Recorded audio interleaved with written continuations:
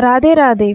सोमवार का दिन भगवान शिव को समर्पित है और इस दिन शिव जी का व्रत रखने और उनकी पूजा करने से सभी मनोकामनाएं पूर्ण होती हैं। सावन मास में पड़ने वाले सोमवार का विशेष महत्व है। आइए जानते हैं व्रत का महत्व। सोमवार का व्रत भगवान शिव और माता पार्वती को समर्पित है। इस व्रत को रखने से भगवान शिव प्रसन्न होते हैं और भक्तों की सभी इच्छाएं पूरी होती हैं। इस व्रत के कई लाभ बताए हैं। संतान प्राप्ति, जिन लोगों को संतान नहीं होती वे इस व्रत को करके संतान सुख प्राप्त कर सकते हैं। वैवाहित महिलाएं अपने पति की लंबी उम्र और सुखमय वैवाहिक जीवन के लिए ये व्रत करती हैं। कुंवारी कन्याएं योग्य और मनचाहा वर पाने के लिए सोमवार का व्रत रखती हैं।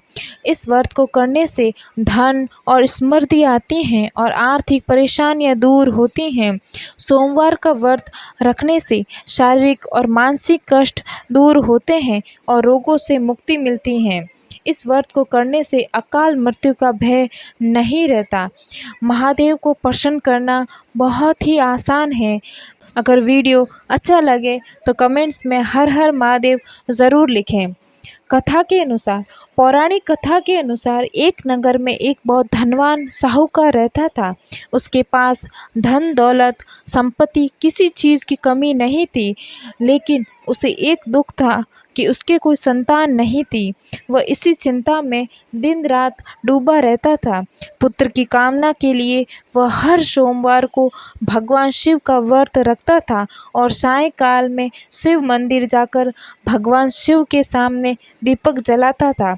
साहूकार की भक्ति और निष्ठा देखकर एक दिन माता पार्वती ने भगवान शिव से कहा, हे महाराज, ये एक साहूकार आपका सच्चा भक्त है और कई दिनों से पुत्र की प्राप्ति की कामना से व्रत कर रहा है। आप इसकी मनोकामना पूर्ण करें। भगवान शिव ने माता पार्वती से कहा, हे पार्वती, इस संसार में हर प्राणी को उसके कर्मों के अनुसार फल मिलता है और जिसके भाग्य में जो होता है उसे वही भोगना पड़ता है। इस साहूकार के भाग्य में पुत्र सुख नहीं है। माता पार्वती ने आग्रह किया, नहीं प्रभु, आप अपनी कृपा से इसे पुत्र का वरदान अवश्य दें। आप तो सबके दुख को हरने वाले हैं। माता पार्वती के अत्यधिक आग्रह पर भगवान शिव ने साहूकार को पुत्र प्राप्ति का वरदान तो दिया, लेकिन साथ ही ये भी कहा कि उसके बालक की आयु केवल 12 वर्ष की ही होगी। भगवान शिव और माता पार्वती की ये सारी बातचीत साहूकार सुन रहा था। उसने न तो इस बात की खुशी हुई और न ही दुख। वह पहले की भांति ही शिवजी की पूजा करता रहा। कुछ समय के बाद साहूकार के घर एक पुत्र का जन्म हुआ, जिससे घर में खुशियों का माहौल छा गया। जब वह बालक 11 वर्ष का हुआ तो साहूकार को शिवजी के वरदान और बालक की अल्पायु की बात याद आई। उसने अपने पुत्र को पढ़ने के लिए काशी भेजने का निर्णय लिया।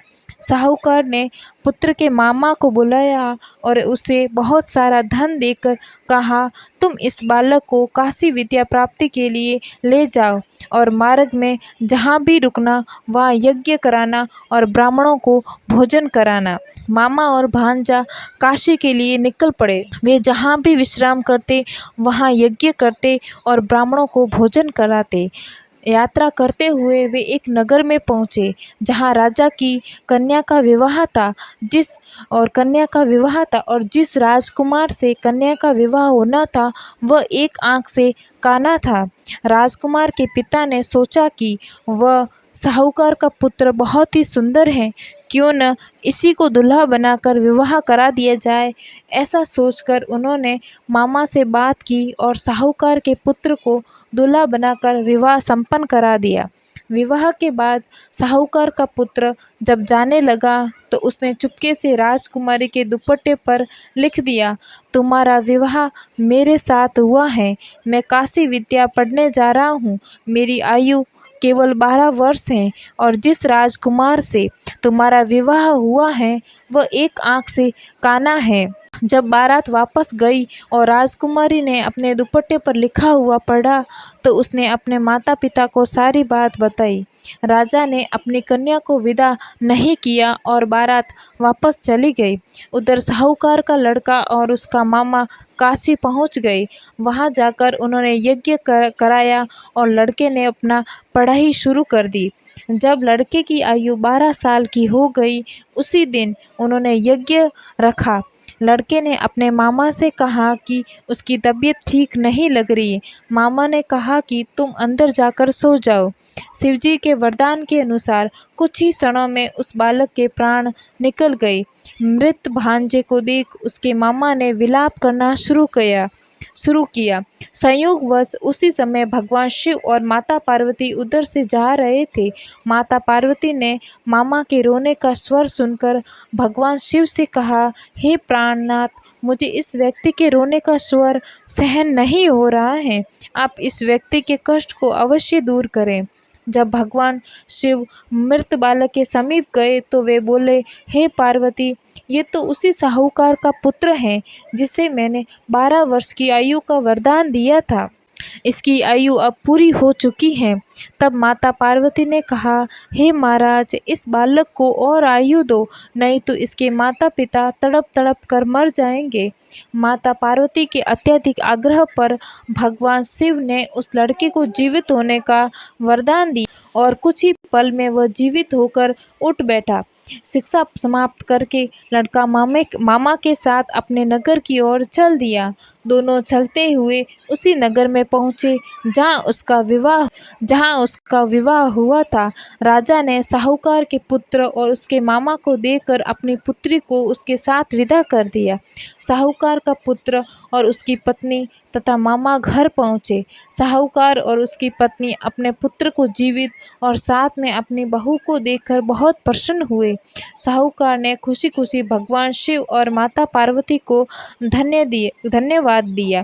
इस प्रकार जो व्यक्ति सोमवार का व्रत पूरी श्रद्धा से रखता है और इस कथा को सुनता और पढ़ता है, भगवान शिव और माता पार्वती उसकी सभी मनोकामनाएं पूर्ण करते हैं। सोमवार व्रत कथा और पूजा विधि। सोमवार का व्रत बहुत ही सरल और प्रभावशाली होता है। इस दिन भगवान शिव की पूजा विधि विधान से करना चाहिए। सोमवार के दिन सुबह जल्दी उठकर स्नान करें और स्वच्छ वस्त्र धारण करें। भगवान शिव और माता पार्वती का ध्यान करते हुए व्रत का संकल्प लें। मंदिर जाएं और या घर पर ही शिवलिंग स्थापित करके श्रद्धा और नियम से पूजन करें। शिवलिंग का अभिषेक जल, दूध, दही, शहद, घी और गंगा जल से करें। अभिषेक के बाद बेलपत्र, सफ़ेद पुष्प, धतूरा, आक के फूल, अक्षत और भस्म और चंदन अर्पित करें। ओम नमः शिवाय या ओम शिवाय का मंत्र जाप करें। महामृत्युंजय मंत्र का जाप भी कर सकते हैं। भगवान शिव को सफ़ेद मिठाई, फल या मिश्री का भोग लगाएं। ध्यान रहे कि शिवजी को हल्दी और सिंदूर नहीं चढ़ाया जाता है। व्रत की कथा पढ़ें या सुनें। अंत में भगवान शिव और माता पार्वती की आरती करें। इस दिन गरीबों को वस्त्र या भोजन का दान करना शुभ माना जाता है और ओम शिवाय नमस्तुभ्य का मंत्र का जाप करें। सोमवार व्रत में तामसिक भोजन, प्याज, लहसुन और मांसाहार से बचना चाहिए। व्रत वाले दिन ब्रह्मचर्य का पालन करें। व्रत का पारण प्रसाद भी ग्रहण करें। सोमवार का व्रत रखने से जीवन में सुख शांति आती है और सभी बाधाएं दूर होती हैं। यह व्रत श्रद्धा और भक्ति का प्रतीक है जिससे भगवान शिव और माता पार्वती की असीम कृपा प्राप्त होती है। अगर ये कथा आपको अच्छी लगी और हमारा वीडियो आपको अच्छा लगे तो लाइक ज़रूर करें और एक सब्सक्राइब करना ना भूलें और कमेंट्स में हर हर महादेव ज़रूर लिखें।